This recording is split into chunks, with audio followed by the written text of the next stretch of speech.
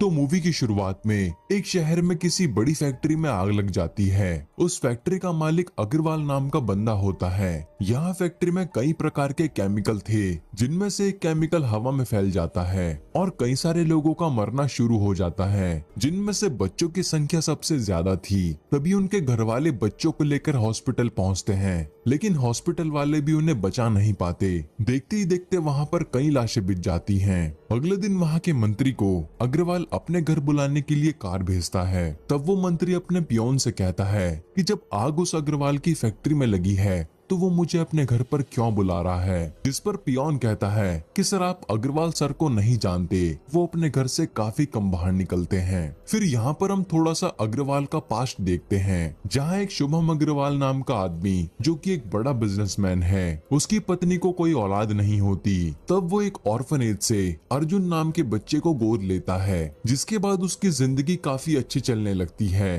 तभी ये तीनों एक ट्रिप पर जा रहे होते हैं और इनकी कार का एक्सीडेंट हो जाता है, जिसमें शुभम और उसकी पत्नी की मौत हो जाती है, लेकिन अर्जुन काफी घायल हो जाता है। डॉक्टर द्वारा उसे बचा तो लिया जाता है, लेकिन इसके बाद उसे एक समस्या हो जाती है। अगर वो 20 डेसिबल से ऊपर की आवाज सुनता है तो उसके कानों में दर्द होने लगता है। अब वो अपने माता पिता के मौत के बाद इतने बड़े साम्राज्य का अकेला मालिक बन जाता है, जिसके बाद वो अपने लिए शानदार सा घर शहर से काफी दूर पहाड़ों के बीच में बनवाता है, जहाँ वो साउंड को मेंटेन करने के लिए काफी अलग अलग तरह के गैजेट्स भी अपने घर में फिक्स करवाता है, जिससे उसे कोई दिक्कत ना हो। फिर मंत्री अग्रवाल के घर पहुंच जाता है, जहां हम अग्रवाल का घर देखते हैं। घर के शुरुआत से ही काफी सारे बॉडीगार्ड्स लाइन से खड़े होते हैं। घर के अंदर जाने पर मंत्री के फोन, हीरे की अंगूठी और सोने की चेन वगैरह वहीं पर उतरवा लिए जाते हैं और मिनिस्टर को इंस्ट्रक्शन दिए जाते हैं कि ज्यादा तेज चिल्लाकर बात ना करे। अंदर जाते ही फ्लोर पर एक मुलायम चटाई बिछी होती है, जिसके ऊपर चलने से कोई भी आवाज ना आए। घर के अंदर सभी स्टाफ मेंबर इशारों में बात करते हैं। इसके अलावा अर्जुन अपने कानों में साउंड रिडक्शन लगाकर आता है, ताकि अगर कोई भी चिल्लाए तो उसके कानों में दर्द ना हो। अग्रवाल के घर पर मिनिस्टर अग्रवाल से कहता है कि तुम्हारी फैक्ट्री तो 6 महीने से बंद पड़ी है, तो उसमें आग कैसे लग गई। जिस पर अग्रवाल कुछ प्रवचन देता है और उसके सवालों का जवाब देने लगता है। मिनिस्टर उस जवाब को सुनकर कहता है कि मुझे तुम्हारी बातों से कोई फर्क नहीं पड़ता, मुझे बस इतना पता है कि आप चुनाव के लिए सीएम को 100 करोड़ देने वाले हो और मुझे 10 करोड़। बाकी जिस परिवार ने अपने सदस्यों को खोया है उन्हें 1-1 लाख देने की बात की है, लेकिन मुझे नहीं लगता कि वो 1 लाख में मानने वाले हैं। आपसे ज्यादा मुआवजा तो सरकार उन्हें दे देगी। आपके पास इतना पैसा है तो आप उन्हें ज्यादा पैसा क्यों नहीं दे रहे। जिस पर अग्रवाल कहता है कि जितने भी लोग मारे गए हैं वो सिर्फ धरती पर बोझ ही थे और उनके मरने से कोई फर्क नहीं पड़ता, तो मैं उनके बदले में उनके परिवार को 1 लाख दे रहा हूँ। चलो तुम्हारे कहने पर मैं 2 लाख कर देता हूँ, लेकिन फिर तब किसी की आवाज नहीं उठनी चाहिए। जिस पर मंत्री कहता है कि आप चिंता मत करिए, अब किसी की हिम्मत नहीं होगी। फिर अगले दिन वो सारी पब्लिक जिनके परिवार के सदस्य मारे गए थे वो कलेक्टर ऑफिस के पास खड़े होते हैं और कलेक्टर उन्हें मुआवजे के तौर पर 2-2 लाख रुपए देते हैं, लेकिन वो सभी परिवार वाले पैसे लेने से मना कर देते हैं और कहते हैं कि हमें पैसा नहीं चाहिए, बस जिसकी गलती है उसे जेल करा दो। जब तक उसे जेल नहीं होगी तब तक हम यहाँ से नहीं हटेंगे। और वो ये कहकर वहाँ पर धरना पर बैठ जाते हैं। जिसके बाद हम इस कहानी के हीरो को देखते हैं। दरअसल जय काफी अच्छा तीरंदाज है और वो प्रैक्टिस कर रहा था। उसने काफी सारे मेडल जीते हैं और इस बार उसकी बारी ओलंपिक में खेलने की है और उसका सिर्फ एक ही सपना है कि ओलंपिक में गोल्ड लाए। मगर तभी वहाँ उसका कोच आ जाता है जो उससे कहता है कि तुम्हारे तीर सेंटर में क्यों नहीं लग रहे, आज से पहले कभी ऐसा नहीं हुआ। तब जय भी सोच में पड़ जाता है कि उसका तीर सेंटर में क्यों नहीं लग रहा। दरअसल जय किसी बात को लेकर ओवर थिंकिंग कर रहा था। फिर रात में वो अपनी सबसे अच्छी दोस्त के पास जाता है जिसका नाम चित्रा होता है, जो कि एक बिजनेस वुमन है जिसने अभी अभी स्टार्टअप किया था और वो काफी अच्छा रन हुआ। आज उसे इसी के लिए स्टार्टअप अवार्ड भी मिल रहा है। जहां माइक पर 2 शब्द बोलने के लिए उसे बोला गया तो उसने अपनी जिंदगी के बारे में बताया। जब 10 साल की उम्र में उसके पापा ने उसको छोड़ दिया था, जो कि काफी गाली देते थे। तब 10 साल के जैसे उसकी मुलाकात हुई जिसने अपने पापा से कहकर उसे एक अनाथालय में डलवा दिया और आज मैं जो भी हूँ वो जय के बदौलत हूँ। ये कहकर वो सभी केक काटते हैं। फिर केक काटने के बाद जब जय अकेला बैठा होता है तो चित्रा उसके पास आ जाती है और वो देखती है कि जय काफी उदास है। तब जय चित्रा को कोच की बात बताता है, जिस पर चित्रा कहती है कि यार तुम्हारे सारे टेस्ट वगैरह हो गए हैं, तुम्हारे शूटिंग लक्ष्य में कोई दिक्कत नहीं है, यानी दिक्कत तुम्हारे दिमाग में है, तुम्हें कोई तनाव है जिसकी वजह से तुम गोल को नहीं देख पा रहे हो। एक काम करो, कुछ दिन के लिए मेडिटेशन ट्राई करो, उसके बाद देखना तुम्हें क्या समझ में आता है। तब जय कुछ दिनों तक ध्यान करता है। फिर जब चित्रा उससे मिलने आती है तो जय बताता है कि अब उसे समझ में आया कि समस्या क्या थी। तो जय कहता है कि उसकी माँ बचपन में ही गुजर गई थी और उसके पिताजी नौकरी की वजह से उस पर ज्यादा ध्यान नहीं दे पाते थे। अब बची उसकी बड़ी बहन जिसका नाम ज्योति था, उसी ने बचपन में मुझे माँ का प्यार दिया और वो मेरी काफी देखभाल करती थी। फिर जब दीदी बड़ी हुई तो पिताजी ने उसकी शादी एक लड़के के साथ तय कर दी, मगर दीदी किसी और से प्यार करती थी। तब दीदी ने उस लड़के के लिए एक लेटर लिखा। उस लेटर में लिखा था कि पिताजी ने मेरी शादी कहीं और तय कर दी है, तो हम दोनों भागकर शादी कर लेते हैं। और वो बाद में उन्होंने मुझे दिया ताकि मैं उसे उस लड़के को दे सकूं। मगर जैसे ही मैं घर के बाहर निकला, सामने से पिताजी आ गए। मैंने गलती से वो लेटर पिताजी को दे दिया, जिसे पढ़ते ही पिताजी दीदी पर काफी गुस्सा होने लगते हैं और उनकी शादी उसी लड़के से तय करवा देते हैं और कहते हैं कि इसी के साथ रहो। आखिरी बार जब दीदी की विदाई हो रही थी तो दीदी पिताजी से कहती है कि आपने मेरी शादी करा तो दी है, लेकिन मैं वापस लौटकर कभी इस घर में नहीं आऊंगी। जिसके कुछ समय बाद पिताजी की मौत हो जाती है और अब भी दीदी कभी घर नहीं आई और न ही मेरे बारे में उन्होंने पता लगाने की कोशिश की। बस यही बातें मुझे बार बार सताती रहती हैं। अगर दीदी की शादी उनके प्रेमी से हो जाती तो शायद मेरी दीदी मेरे साथ होती। जो सुन के चित्रा कहती है कि अगर यही कारण है तो तुम्हारी दीदी को ढूंढकर उनसे बात करते हैं और तुम दोनों के बीच की दूरियों को कम करने की कोशिश करते हैं। जिसके बाद हम अग्रवाल का घर देखते हैं, जहां उसने सभी कमेटी मेंबर्स को बुलाया था जो उसकी फैक्ट्री के मामले के बारे में रिपोर्ट बना रहे थे। वो सभी मेंबर्स को पैसे देकर खरीदने की कोशिश करता है, लेकिन वो सभी मेंबर्स कहते हैं कि हम सीएम और मिनिस्टर की तरह बिकाऊ नहीं हैं। तब अग्रवाल उनके परिवार को दिखाता है जिनको उसने किडनैप कर लिया था और कहता है कि अगर तुम मेरी बनाई हुई रिपोर्ट पर साइन नहीं करोगे तो मैं तुम्हारे परिवार को मार दूंगा। तब उन सभी में से एक सदस्य खड़ा होता है और कहता है कि मुझे इस बात से फर्क नहीं पड़ता। और ये सुनते ही अग्रवाल उसके सामने उसके परिवार को मार देता है, जो देखकर वो आदमी रोने लगता है और अग्रवाल के कानों में दर्द होना शुरू हो जाता है। तब अग्रवाल का पियोन उस आदमी के मुंह पर हाथ रखता है और कहता है रो लो मगर बिना आवाज करे, वरना अग्रवाल तुम्हें भी मार देगा। अब ये देखकर वहां बैठे मेंबर्स डर जाते हैं और अग्रवाल की बनाई हुई रिपोर्ट पर साइन कर देते हैं। तभी एक महिला सदस्य कहती है कि तुमने हमसे तो साइन करवा लिया, लेकिन हमारे हेड यानी झांसी मैडम से उनसे कैसे साइन करवाओगे? वो किसी से नहीं डरती हैं और जब तक तुम उनसे साइन नहीं करवाओगे तुम्हारी फाइल वैलिड नहीं मानी जाएगी। जिस पर अग्रवाल कहता है कि तुम उसकी चिंता मत करो, मैं उसे भी देख लूंगा। दूसरी तरफ हम जय और चित्रा को देखते हैं जो उसकी बहन से मिलने के लिए उसके घर पर पहुंचते हैं, मगर वहां पर गेट पर ताला लगा हुआ था। तभी वो पास खड़े धोबी से अपनी बहन ज्योति के बारे में पूछने लगता है। वो धोबी बताता है कि यहाँ कोई ज्योति नाम की मैडम नहीं रहती, यहाँ पर झांसी नाम की मैडम रहती हैं। ये कहकर वो भी झांसी और उसके परिवार की फोटो दिखाने लगता है। तब उस फोटो को देखकर जय अपनी बहन को पहचान जाता है, जिसका नाम ज्योति नहीं बल्कि अब झांसी हो गया था। फिर धोबी बताता है कि झांसी मैडम और उनकी फैमिली एक मंदिर फेस्टिवल में गए हैं, क्योंकि उनके ससुर जी ने मन्नत मांगी थी, जिसके पूरे होने पर वो मंदिर में गए हैं, जो हर 12 साल में एक बार होता है और इस साल वो त्योहार होने वाला है। ये सारी बात पता लगाने के बाद चित्रा और जय कार में बैठकर उसी मंदिर के फेस्टिवल में जाने लगते हैं। गूगल पर सर्च करके इन्हें पता लगता है कि ये त्योहार अम्ब्रा गोडगु नाम की जगह पर होता है, जो आंध्र प्रदेश और छत्तीसगढ़ की सीमा पर है।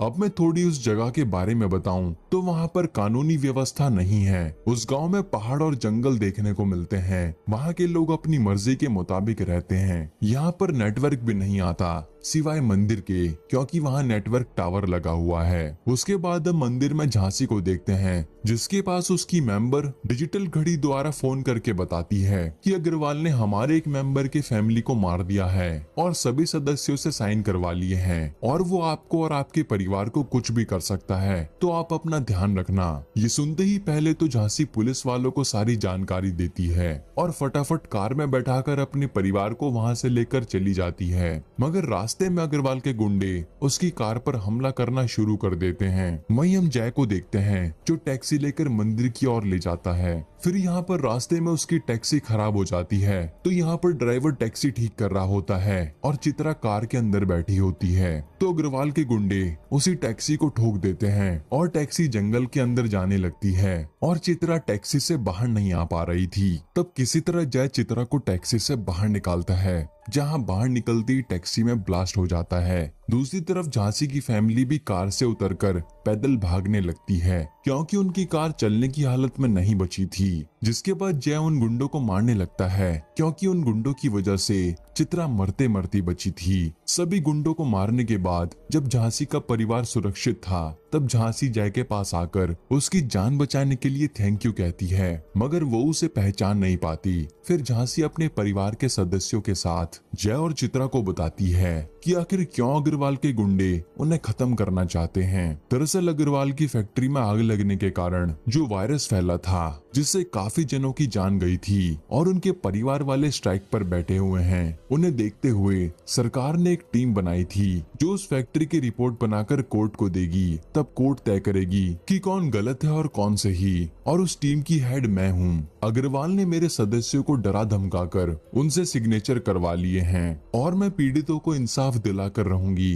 कल मुझे असली रिपोर्ट सबमिट करनी है, उससे पहले हमें इस गांव से बाहर निकलना होगा जहां कोई कानूनी व्यवस्था नहीं है। मैंने छत्तीसगढ़ के कमिश्नर से बात कर ली है, हम ऐसे सुकुमी बॉर्डर तक पहुंचेंगे, वो हमारी मदद के लिए आ जाएंगे, क्योंकि कुसुमी बॉर्डर छत्तीसगढ़ में ही आता है। ये सब बताने के बाद झांसी जय की मदद मांगती है कि तुम हमें कुसुमी बॉर्डर तक सुरक्षित पहुंचा सकते हो। तब जय उनकी मदद करने के लिए तैयार हो जाता है और फिर आगे झांसी की फैमिली चल रही होती है और पीछे जय और चित्रा। जहां चित्रा जय से कहती है कि तुम्हारी बहन ने तो तुम्हें पहचाना भी नहीं और तुम उसका नाम ज्योति बता रहे थे। ये सब लोग उसे झांसी कहकर क्यों बुला रहे हैं? जिस पर जय कहता है कि तुम ज्यादा दिमाग मत चलाओ। खैर थोड़ी दूर आगे बढ़ने पर झांसी के परिवार का एक छोटा सा बच्चा जो जहरीले पौधे को टच कर लेता है, जिसके बाद उस बच्चे को काफी दर्द होना शुरू हो जाता है और उसकी बॉडी पर दाने निकल आते हैं। ये सब देखकर झांसी का परिवार मदद मांगने के लिए दूसरों को कॉल करने की कोशिश करते हैं, लेकिन वहाँ नेटवर्क नहीं होता। तब चित्रा जय से कहती है कि बिना नेटवर्क के भी इमरजेंसी कॉल लगाई जा सकती है, 112 पर डायल करो और इमरजेंसी में मदद मांगो। जिसके बाद जय 112 पर कॉल करता है और कॉल एक रत्ना नाम की लड़की उठाती है जो अपनी ज्यादातर बातें शायरी कहकर बोलती थी। तब जय उसे सारी बातें बताता है और रत्ना उसे एक मेडिसिन पौधे के बारे में बताती है, जिसकी पत्तियों को पीसकर वो बच्चे के घाव पर लगा देते हैं, जिससे बच्चे को आराम मिलता है। फिर रत्ना जय से इस मदद के लिए 3000 रुपए मांगती है, जो कि वो अपनी फीस बताती है, जो सुनकर वो हैरान हो जाता है और कहता है कि इमरजेंसी कॉल एकदम फ्री होती है। तब रत्ना कहती है कि तुम इस जगह पर पहली बार आए हो, तुम्हें यहाँ के बारे में ज्यादा नहीं पता। यहाँ पर कोई भी कानूनी व्यवस्था नहीं है, यहाँ पर एक एनजीओ की तरफ से मदद करवाई जाती है और ये हमारा सिर्फ सर्विस चार्ज है और एनजीओ वाले हमारी सैलरी तक नहीं देते। इस जंगल में मेरा साथ मेरा घोड़ा देता है, उसके खाने पीने के लिए खर्चा तो चाहिए। आगे चल के आपको मेरे नाम के बॉक्स लटके मिलेंगे जिसमें आप मेरी फीस डाल देना। ये कहकर वो फोन कट कर देती है। जिसके बाद सभी दोबारा से आगे बढ़ने लगते हैं, लेकिन तभी थोड़ी देर बाद एक बच्चे को भूख लगने लगती है और वो पिज्जा पास्ता की डिमांड करने लगता है। जय दोबारा से रत्ना को कॉल करता है और कहता है कि बच्चों को भूख लग रही है, हमें कुछ खाने के लिए चाहिए, जैसे पिज्जा पास्ता। जिसका रत्ना जवाब देती है कि ये तुम्हारा कोई रेस्टोरेंट नहीं है जहाँ तुम ऑर्डर कर दोगे और तुम्हारे हाथ में चीजें आ जाएंगी, यहाँ तुम्हें चीजें खुद ढूंढकर खानी पड़ेंगी। फिर रत्ना उन्हें जंगल में क्या क्या मिल सकता है उसके बारे में बताती है और वो जय को अपनी फीस के बारे में दोबारा से याद दिलाती है कि तुमने मेरी फीस अभी तक नहीं डाली है, कृपया उसे डाल देना। तब जय मस्ती के मूड में फोन पर किस कर देता है, जो सुनते ही रत्ना फोन कट कर देती है। जिसके बाद ये सारे लोग आगे बढ़ते हैं, मगर थोड़ी दूर आगे चलने के बाद ये सभी लोग थक जाते हैं हैं, जहां जय दोबारा से रत्ना को कॉल करता है और कहता है कि हम सभी लोग थक चुके हैं, कि आसपास कोई गाड़ी मिल सकती है। तब रत्ना कहती है कि हो सकता है, लेकिन तुम इस जंगल में पैदल क्यों घूम रहे हो? तब जय कहता है कि तुम ये बताओ कि गाड़ी मिल सकती है या नहीं। तब रत्ना जय से पूछती है कि तुम आसपास देखकर बताओ, तुम्हें कैसे पेड़ दिख रहे हैं। तब जय उसे बताता है और वो लोकेशन समझ जाती है। फिर वो उन्हें गाइड करती है और वो लोग रोड तक पहुंच जाते हैं, जिसके बाद हम एक पुरानी सी बस को देखते हैं, जिसकी ड्राइवर गुत्ती नाम की महिला होती है, जो पहले ही पैसे की डिमांड रख देती है, क्योंकि वो अकेली ही अपने बच्चों को पालती थी। फिर रत्ना गुत्ती को कॉल करके कहती है कि एक परिवार जंगल में फंसा हुआ है, उन्हें बाहर तक छोड़ना है। गुत्ती पूछती है कि परिवार में कितने लोग हैं। रत्ना बताती है कि परिवार में 14-15 लोग हैं। तो गुत्ती कहती है कि हर एक के 1000 रुपए लूंगी। फिर ये बात रत्ना जय को बताती है और यहाँ झांसी के परिवार वाले सब लोग देखते हैं तो उनके पास इतना कैश नहीं होता। तब झांसी अपना सोना देने के लिए तैयार हो जाती है। दूसरी तरफ सब लोग ड्राइवर का इंतजार कर रहे होते हैं। तब चित्रा झांसी से पूछती है कि इस ट्रिप पर सिर्फ आपके ससुराल वाले दिख रहे हैं, आपके मायके वाले क्यों नहीं हैं? जिस पर झांसी मुस्कान देकर वहां से चली जाती है। फिर यही सवाल वो झांसी के पति से पूछती है, मगर झांसी का पति कुछ भी नहीं बताता। जिस पर चित्रा कहती है कि हमने आपको अपनी जान पर खेलकर बचाया है और आप हमें बताने से डर रहे हैं। तब झांसी का पति सारी बातें बता देता है, जो सुनने के बाद चित्रा झांसी के पास जाकर उससे कहती है कि 20 साल पहले जो हुआ था उसके लिए आप अपने भाई से अब तक नाराज क्यों हो? जिस पर झांसी कहती है कि किसने कहा कि मैं अपने भाई से नाराज हूँ, वो मेरे बेटे की तरह है। और जब उसने वो लेटर पिताजी को दिया था तब वो बहुत छोटा था, उसमें इतनी बुद्धि नहीं थी। लेकिन मैं अपने भाई से अब मिलना नहीं चाहती, क्योंकि अगर मैं अपने भाई से मिलूंगी तो मुझे मेरा पहला प्यार याद आने लगेगा और मैं एक अच्छी वाइफ नहीं बन पाऊंगी,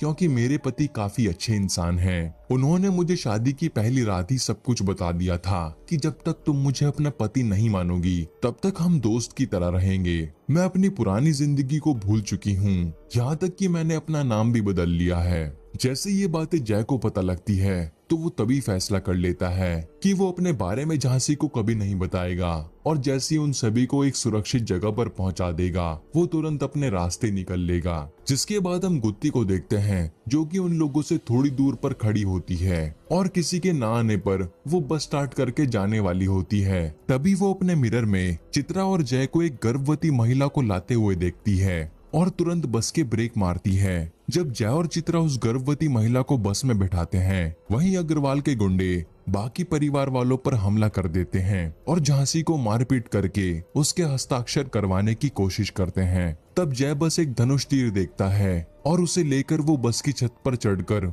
उन गुंडों पर निशाना लगाकर मारने लगता है, मगर उसके पास ज्यादा तीर न होने की वजह से उसके सारे तीर खत्म हो जाते हैं। तब आखिरी बची हुई तीर को हाथ में लेकर वो उन गुंडों को मारने लगता है। उधर झांसी की फैमिली भी बस में चढ़ जाती है, मगर गुत्ती बस स्टार्ट नहीं करती, वो पहले पैसे मांगती है। तब झांसी उसे अपने सोने की चेन उतार कर दे देती है, जिसके बाद गुत्ती बस चालू करती है और वहां से जाने लगती है। जब जय ये सब देखता है तो वो लड़ना छोड़कर बस की तरफ भागता है और उसमें चढ़ जाता है। अगर वो ऐसा ना करता तो गुत्थी उसे वहीं जंगल में छोड़कर चली जाती, मगर बस में चढ़ते हुए उसे एक आखिरी गुंडा चाकू फेंक कर मारता है, जो चाकू जय को लग जाता है और वो घायल हो जाता है। फिर वो दोबारा से रत्ना को कॉल करके पूछता है कि मुझे जड़ी बूटी के बारे में बताओ। तब रत्ना पहले फोन पर किस देती है और कहती है कि अब हमारा हिसाब बराबर हो गया है, इसलिए अब मेरी फीस दे दे। फिर रत्ना उसे जड़ी बूटी के बारे में बताती है। चित्रा और जय मिलकर जड़ी बूटी ढूंढने लगते हैं।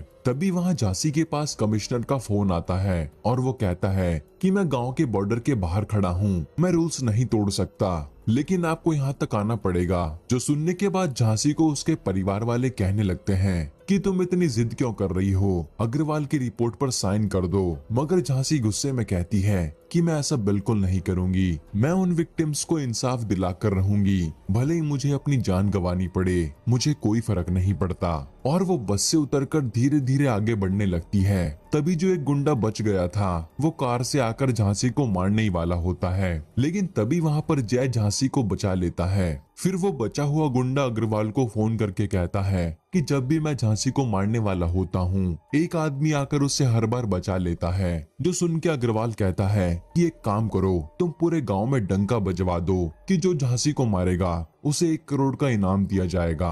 अब रात हो चुकी थी और सभी गांव वाले आग लेकर झांसी और उसकी फैमिली को मारने के लिए निकल पड़ते हैं। वहीं हम रत्ना को देखते हैं जिसकी बहन उसे खाना देने आती है और गांव में सभी हलचलों के बारे में बताती है। तो रत्ना तुरंत जय को फोन करके उसे सब कुछ बताती है कि सभी गांव वाले झांसी को मारने आ रहे हैं। मगर इससे पहले जय कुछ सोच पाता, उसे कुछ गांव वाले अपनी तरफ आते हुए दिखते हैं। उसी समय झांसी के परिवार में जो गर्भवती महिला थी उसे काफी दर्द होने लगता है। तब गुत्ती फटाफट बस भगाने लगती है, लेकिन थोड़ी दूर जाने पर बस बंद पड़ जाती है। तब वो सभी लोग बस में रखी कुछ लकड़ियां और काम का सामान लेकर बस से उतर जाते हैं और वो गर्भवती महिला को एक कंबल में लपेटकर वहां से जाने लगते हैं। थोड़ी दूर आगे जाने पर उन्हें एक गोल आकार में काफी सारी लकड़ियां पड़ी हुई दिखती हैं। तो वो उसके अंदर जाकर उन लकड़ियों में जो उन्हें बस से गन पाउडर मिला था उसे डालकर आग लगा देते हैं, जिससे गांव वाले नजदीक ना आ सकें। फिर चित्रा कॉल करके पूछती है कि नॉर्मल डिलीवरी कैसे होती है।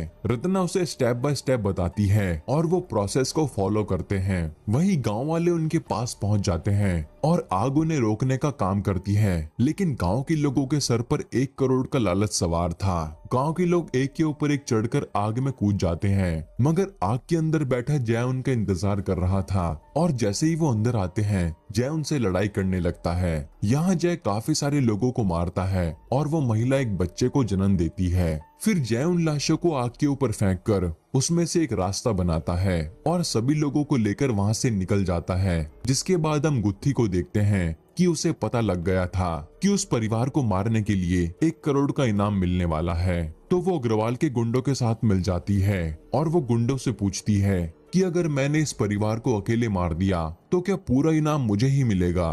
तो वो गुंडा कहता है कि हम काफी सारे आदमी मिलकर भी इस परिवार को नहीं मार पाए, तो तुम अकेले कैसे मारोगी। गुत्ती कहती है कि मैंने उनके बीच भरोसा बनाया है और उसी भरोसे का फायदा उठाकर मैं उन्हें खत्म कर दूंगी। बस तुम रत्ना को संभाल लेना, क्योंकि वो उन्हें गाइड करके रास्ता बता रही है। अगर रत्ना ना हो तो वो इस जंगल से बाहर नहीं निकल पाएंगे। वहीं झांसी के परिवार में से एक छोटी बच्ची कहीं गायब हो जाती है। जय चित्रा से कहता है कि तुम सभी को लेकर आगे बढ़ो, मैं बच्ची को ढूंढ कर लाता हूँ। उधर वो बच्ची एक कुएं में गिर जाती है और गांव के लोग उसे घेर लेते हैं। वहीं झांसी की फैमिली और चित्रा आगे बढ़ रहे थे तो उन्हें गुत्थी दिख जाती है जो कि तांगा लेकर आई थी और गुत्ती उनसे कहती है कि मैं आप लोगों के लिए तांगा लेकर आई हूँ, इसमें बैठ जाइए, हम जंगल से बाहर निकल जाएंगे।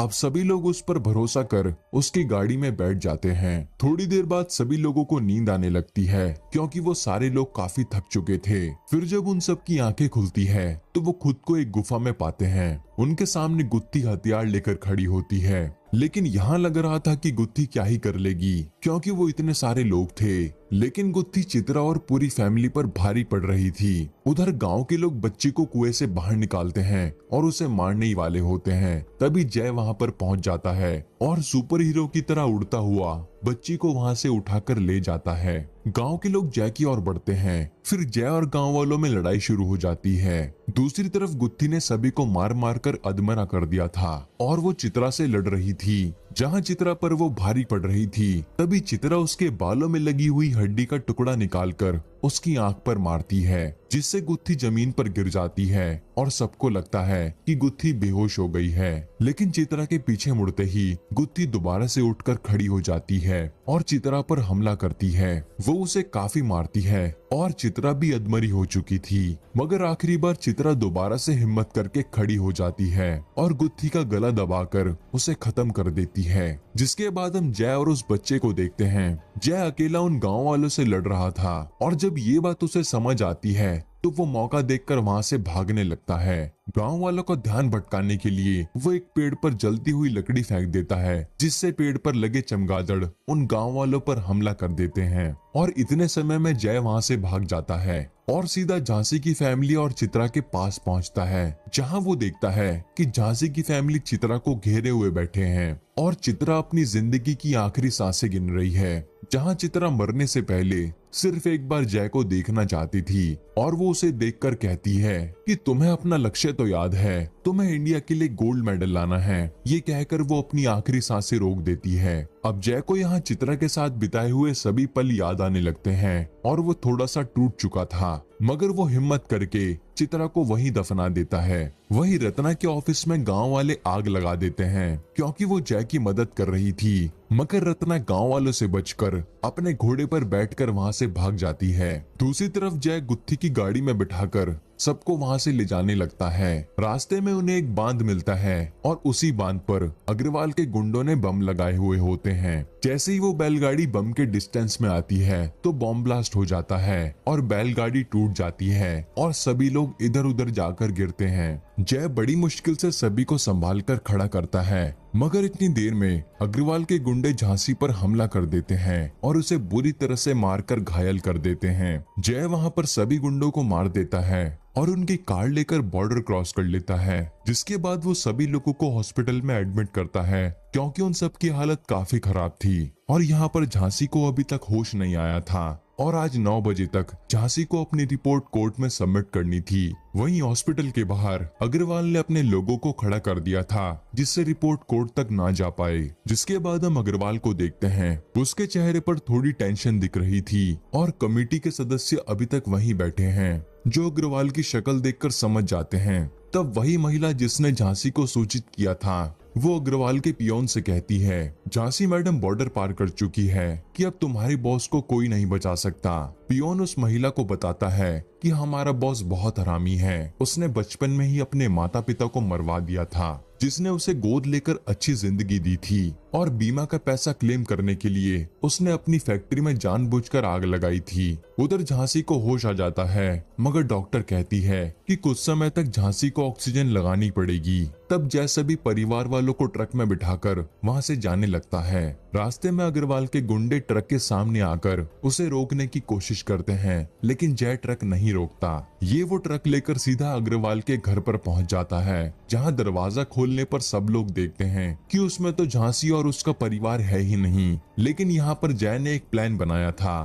ताकि ये सब लोग उनके पीछे आने लगे और झांसी सही सलामत एम्बुलेंस के द्वारा कोर्ट तक पहुंच जाए। जब जय ट्रक के ऊपर खड़ा होता है तो अग्रवाल भी उससे मिलने के लिए बाहर आता है, मगर वो एक कांच के डिब्बे में बंद रहता है और कहता है कि तुम तो यहाँ हो, मगर हॉस्पिटल में मेरे काफी सारे आदमी हैं जो उन लोगों को अब जिंदा नहीं छोड़ेंगे। तब जय हाफता हुआ अग्रवाल के पास पहुंच जाता है और उसका ग्लास तोड़ने लगता है, जिसकी आवाज अग्रवाल के पास तक पहुंच जाती है और उसके कान में दर्द चालू हो जाता है और वो वहां खड़े सभी लोगों को धमकी देता है कि अगर कोई भी मेरे पास आया तो मैं इस ग्लास को पूरी तरह से तोड़ दूंगा, जिसकी धमकी से सब लोग पीछे हट जाते हैं। तब जय अग्रवाल को ग्लास के साथ कार में डालकर वहां से ले जाता है और सीधा कोर्ट के बाहर लाता है, जहां सभी विक्टिम्स के परिवार वाले खड़े थे। और जैसे ही उन्हें पता लगता है कि अग्रवाल ने ही अपने फायदे के लिए फैक्ट्री में आग लगाई थी, तो वो अग्रवाल को बाहर निकालकर आवाज करने लगते हैं। आवाज सुनकर अग्रवाल के कानों में काफी दर्द होना शुरू हो जाता है और उसके नाक और कान से खून निकलता है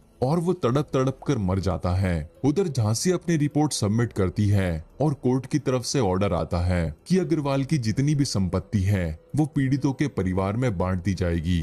बाहर निकलते ही विक्टिम्स के परिवार वाले झांसी को धन्यवाद बोलते हैं। तब झांसी जय का हाथ पकड़कर कहती है कि अगर धन्यवाद कहना ही है तो इसे कहिए, इसके बदौलत आप सभी को इंसाफ मिला है। तब सब लोग पूछने लगते हैं कि आखिर ये है कौन। तो झांसी कहती है कि जिस तरह से इसने हमारी मदद की, ऐसा तो कोई भाई ही कर सकता है, इसीलिए आज से ये मेरा भाई है। अब ये कहानी यहाँ से 6 महीने आगे शिफ्ट होती है, जहाँ जय भारत के लिए आर्चरी में गोल्ड मेडल ले आया था और वो गोल्ड मेडल चित्रा की कब्र पर जाकर रख देता है। फिर वो रत्ना के पास जाता है क्योंकि रत्ना ने उस समय बातों ही बातों में कहा था कि उसे पैसों की बहुत जरूरत है क्योंकि उसने पैसा उधार लिया है और जिससे पैसा उधार लिया है वो उसे काफी परेशान करता है और उससे जबरदस्ती शादी करना चाहता है। उस समय पर जैन ने उससे वादा किया था कि वो उसकी उधारी चुका देगा, फिर उसके बाद वो जिससे चाहे उससे शादी कर सकती है। यहाँ पर आकर जय अपना वादा पूरा करता है और इसी के साथ ये फिल्म खत्म हो जाती है।